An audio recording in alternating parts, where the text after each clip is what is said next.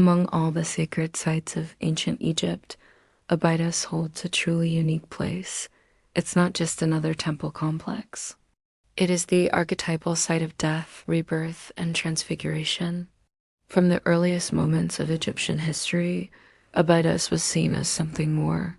It was the symbolic burial place of the god Osiris, a major pilgrimage destination, and a space where the veil between the visible and the invisible worlds was incredibly thin. In Egyptian thought, Osiris isn't just a god who died. He represents the principle of consciousness itself, a consciousness that willingly accepts dissolution in order to be reborn, transformed. Abydos, therefore, becomes a map of this inner journey, an initiatory guide that existed long before it was simply a place for tombs. It's a blueprint for the soul's passage. Let's first look at Osiris himself, the archetype of initiatory consciousness.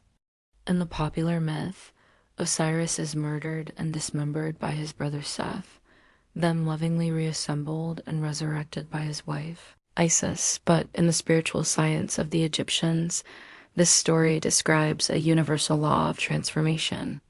Osiris embodies our ordinary consciousness when it's faced with fragmentation and chaos. He represents the voluntary descent into our own inner darkness and the subsequent rebirth into a new, transfigured form. He doesn't just come back to life as he was before. He becomes the lord of the Duat, the master of the inner world. Osiris is the consciousness that has accepted dying to its old self in order to reach a higher level of being.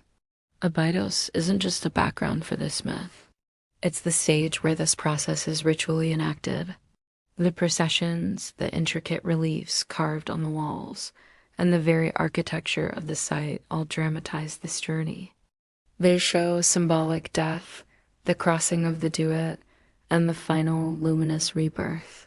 Every pilgrim who journeyed to Abydos wasn't just there to honor a god.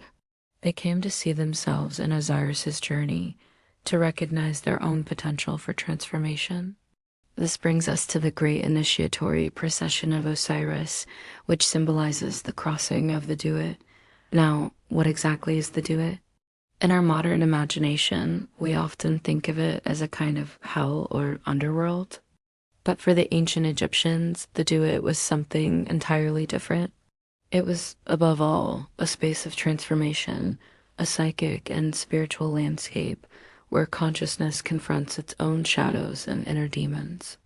The famous processions at Abydos, especially during the grand Osireion festivals, were a symbolic reenactment of this very passage, leaving the world of the living, crossing through liminal in-between zones, and returning in a renewed, purified form.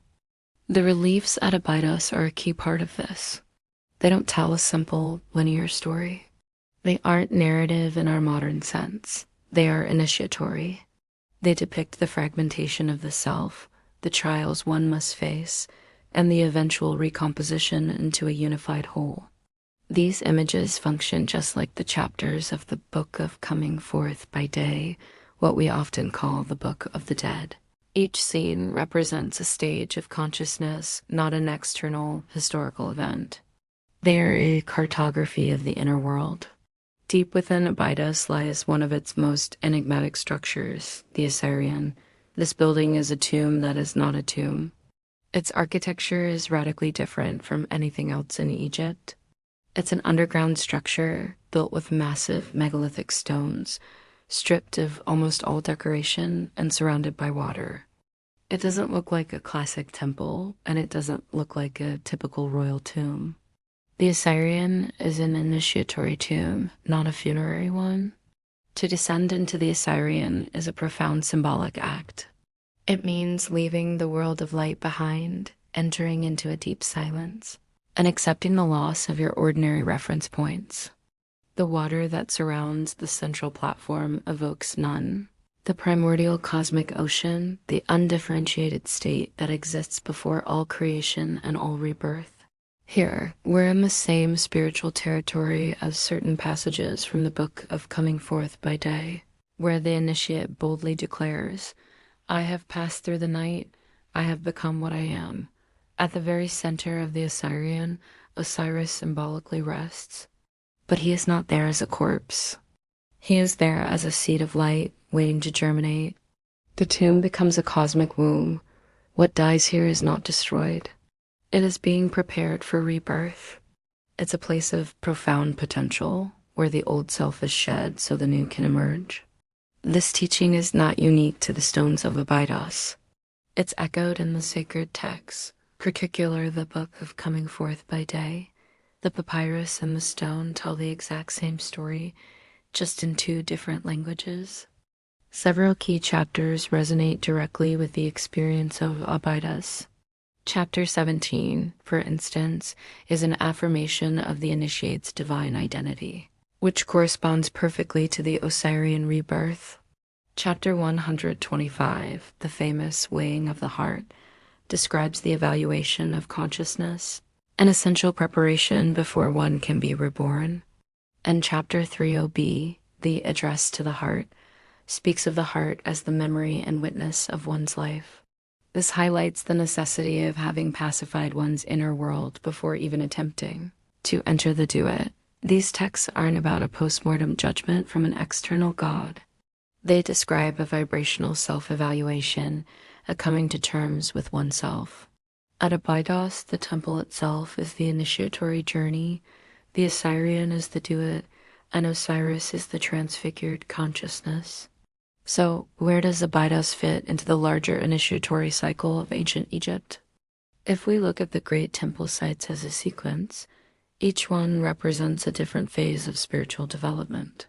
Abydos represents the phase of symbolic death, the letting go of old identities, and the descent into the sacred unconscious. In this complete cycle, Abydos is the place to die and be reborn.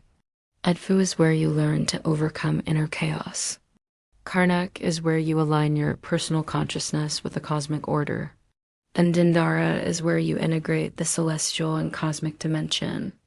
Abydos, therefore, is the gateway. Without passing through Abydos, no true initiation is possible. In conclusion, Abydos is the essential threshold. It doesn't teach us how to avoid death. It teaches us how to die consciously while we are still alive. It reminds us of a timeless truth, that all genuine transformation requires a dissolution of the old, that every rebirth must pass through a period of darkness, and that the divine reveals itself only to those who are willing to get lost, to let go of who they think they are. Abydos is not just a place of the past. It is an eternal archetype, a map inscribed in the human psyche.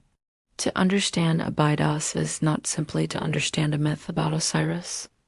It is to understand what, within each of us, must die so that something truer, something more authentic, can finally be born. Thank you for joining me on this journey. If you found this exploration meaningful, please like, subscribe, and share.